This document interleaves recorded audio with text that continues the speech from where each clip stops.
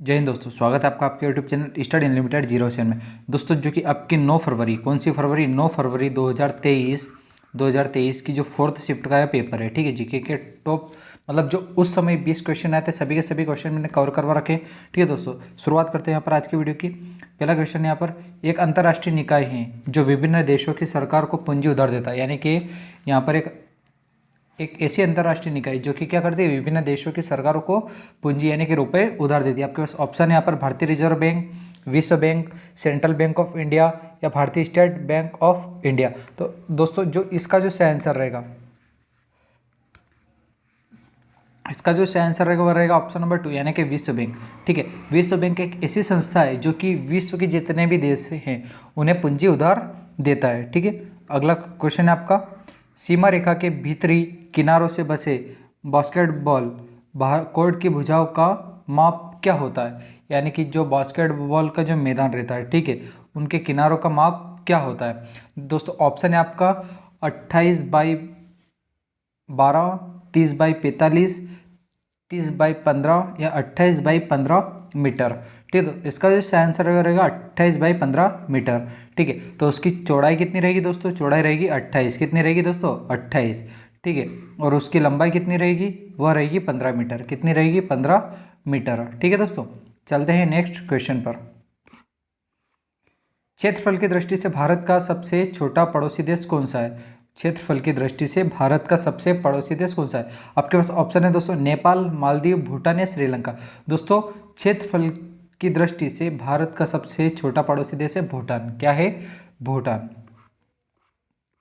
अगला है, चारों सीजा माथुर एक नृत्य का पर्याय है जो है छाओ, मणिपुरी, ओडिसी या कुचिपुड़ी। यानी कि चारों सीजा माथुर है वह किसी एक नृत्य का पर्याय है, यानी कि उसका सिनोनिम्स है, तो वह कौन सा है।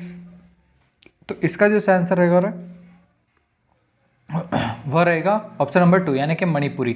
ठीक है, अगला है, मेजर ध्यानचंद का जन्म निम्न में से किस शहर में हुआ था। ऑप्शन है आपके पास इलाहाबाद, अलीगढ़, लखनऊ, देहरादून या पांचवा क्या रखें। ठीक है दोस्तों, इसका जो सही आंसर रहेगा वह रहेगा इलाहाबाद। क्या रहेगा दोस्तों, इलाहाबाद, जिसको वर्तमान में प्रयागराज भी बोला जाता है। एक ऐसे तत्व की पहचान करें जो तीसरे आवर्त से संबंधित नहीं है।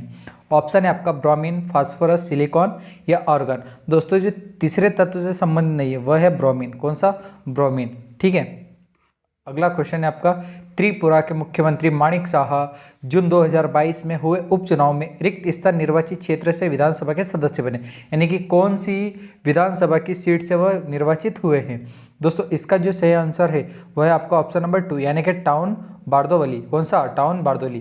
ठीक है दोस्तों, यहाँ से क्या है, इन्होंने उपचुनाव लड़ा था, यहाँ से विजित हुए और उपचुनाव विजित होने के बाद यह मुख्यमंत्री बने। ठीक है दोस्तों, मुख्यमंत्री में एक ऐसा नियम रहता है कि अगर कोई मुख्यमंत्री जिस समय चुनाव हो रहे, विधानसभा के चुनाव हो रहे, ठीक है, तो उस समय अगर मुख्यमंत्री अपनी सीट से नहीं जीत पाता है तो वह मुख्यमंत्री रहता तो है, परंतु कितने महीने के लिए रहेगा, केवल 6 महीने के लिए रहेगा। ठीक है, लेकिन 6 महीने के बाद उसको करवाना पड़ेगा उपचुनाव। क्या करवाना पड़ेगा दोस्तों, उपचुनाव होना पड़ेगा। अगर उपचुनाव में वह जीत जाते हैं तब जाके वह मुख्यमंत्री सीट पर बने रहते हैं। अगला क्वेश्चन है दोस्तों आपका, 2022 से भारत के 34वें विदेश सचिव के रूप में कौन कार्य करते हैं। ऑप्शन है आपके पास विनय मोहन क्वात्रा, हर्षवर्धन श्रृंखला, सुब्रमण्यम जयशंकर और विजय केशव गोखले। दोस्तों इसका सही आंसर रहेगा विनय मोहन क्वात्रा, VM क्वात्रा। ठीक है, इससे पहले थे हर्षवर्धन श्रृंखला। और दोस्तों आपके सुब्रमण्यम जयशंकर है, यह अभी वर्तमान में जो है विदेश मंत्री है। क्या है, विदेश मंत्री। ठीक है दोस्तों, विदेश मंत्री है।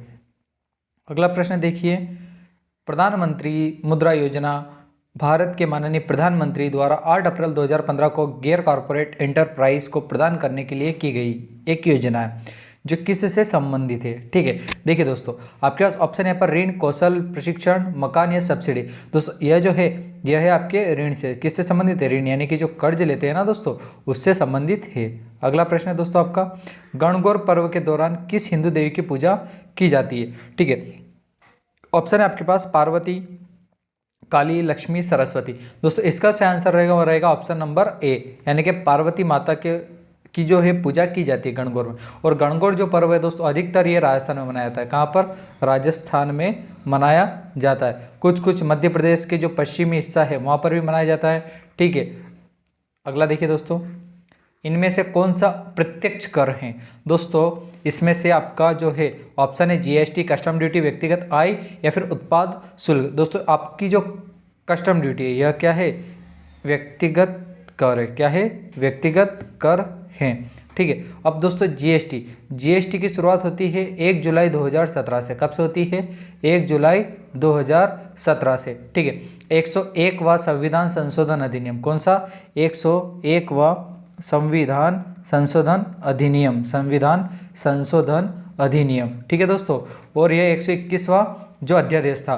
ठीक है, और 1 जुलाई 2017 से जीएसटी लागू होती है। इस समय जो आपके मुख्यमंत्री थे, सॉरी माफ कीजिएगा दोस्तों, वित्त मंत्री थे, वह थे अरुण जेटली। कौन थे दोस्तों? अरुण जेटली। कौन थे दोस्तों? अरुण जेटली। ठीक है, वहीं पर देखा जाए तो आपका वित्त यानी कि सॉरी आपका जो जीएसटी है वह किस अनुच्छेद में आता है? तो आता है 279A में। किस अनुच्छेद में आता है? 279A अनुच्छेद में आता है। ठीक है, तो दोस्तों चलते हैं अगले क्वेश्चन पर। अगला प्रश्न है आपका, विश्व में हरित क्रांति के जनक नॉर्मन बोरलॉग को रिक्त से सम्मानित किया गया था। तो भैया नॉर्मन बोरलॉग जी को किस पुरस्कार से सम्मानित किया गया था? ये क्वेश्चन है आपका यहाँ पर। दोस्तों इनको जो है नोबेल शांति पुरस्कार से सम्मानित किया गया था। वहीं पर देखिए विश्व में जो है आपके नॉर्मन बोरलॉग थे और भारत में थे MS स्वामीनाथन। कौन थे? MS स्वामीनाथन। ठीक है दोस्तों, ये भारत में इसके जनक थे। और भारत में इसकी शुरुआत कब से होती है? 1966-67 से इसकी शुरुआत होती है। ठीक है, चलते हैं अगले क्वेश्चन पर। अगला है, निम्नलिखित में से कौन सा अंतर्जनित बलों का उदाहरण है? आपके पास ऑप्शन है समुद्र की लहरें, हिमनद, पर्वतों का निर्माण या फिर पवन। दोस्तों इसका जो सही आंसर रहेगा वह रहेगा आपका ऑप्शन नंबर 3 यानी कि पवनों का निर्माण। यह क्या है? अंतर्जनित बलों का एक उदाहरण है। पवनों का निर्माण अंतर्जनित बलों का एक उदाहरण है। अगला देखिए दोस्तों, भारतीय संविधान का अनुच्छेद 76 रिक्त स्थान से संबंधित है। दोस्तों यह जो है भारत के महान्यायवादी से संबंधित है। किससे संबंधित है? भारत के महान्यायवादी से संबंधित है। राज्यपाल से संबंधित क्या रहेगा आपका? 153। क्या रहेगा? 153। ठीक है, आगे चलिए दोस्तों। अगला प्रश्न है आपका दोस्तों स्क्रीन पर कि 1885 में आयोजित कांग्रेस के पहले अधिवेशन के अध्यक्ष कौन थे? तो दोस्तों जो बॉम्बे में क्या होता है, कांग्रेस की स्थापना होती है। किसकी? कांग्रेस की स्थापना होती है। कब? 1885 में कांग्रेस की स्थापना होती है। किसने करी थी?